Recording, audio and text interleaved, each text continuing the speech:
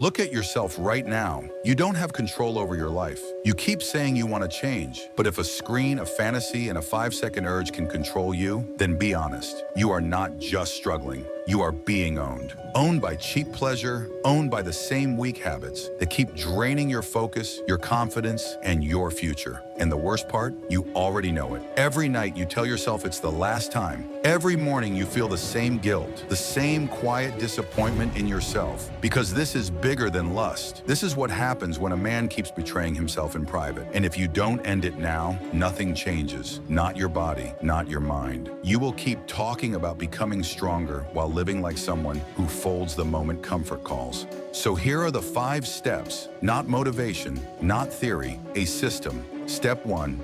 Your problem is not only the urge. Your problem is everything feeding it. The endless scrolling, the content you accidentally consume. Stop lying to yourself. Delete the triggers. Clean your feed. Stop taking your phone into the places where you always lose. You cannot keep feeding the fire and then act shocked when it burns your discipline alive. Step 2.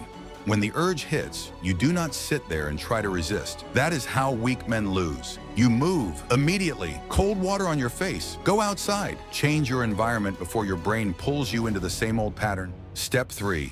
Build a body too disciplined to self-destruct. Lust hits hardest when your body is lazy and your mind is empty. Train hard, wake up earlier, sleep on time, make your day structured, exhaust your body with purpose. An overstimulated man is easy to control, while a focused man with a mission is dangerous to every bad habit trying to destroy him. Step 4.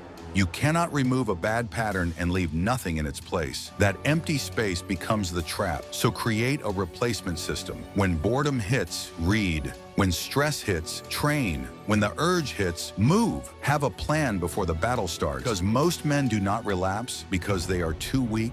They relapse because they are too unprepared. Step 5. This is the most important one. Stop saying, "I'm trying to quit." That sentence keeps you weak. Start telling yourself the truth you need to hear. I do not let urges control me. I am not available for self-destruction anymore, because your life follows the identity you repeat. And here is the truth nobody wants to hear. Every time you lose to lust, you are not just losing a battle. You are teaching yourself that pleasure matters more than purpose. But every time you resist, you build something rare: control, self-respect, and power. This is not about desire. This is about whether you can lead yourself when nobody is watching. Weak men chase relief. Strong men protect their future. So decide right now, not tomorrow night, not after one last time, right now, because the man you want to become will never be built by the habits that keep making you weak. Kill the trigger. Move when the urge hits. Train like your life depends on it. Become the kind of man who does not negotiate with weakness. And remember this: if you cannot control what you do in private, you will never become powerful in public.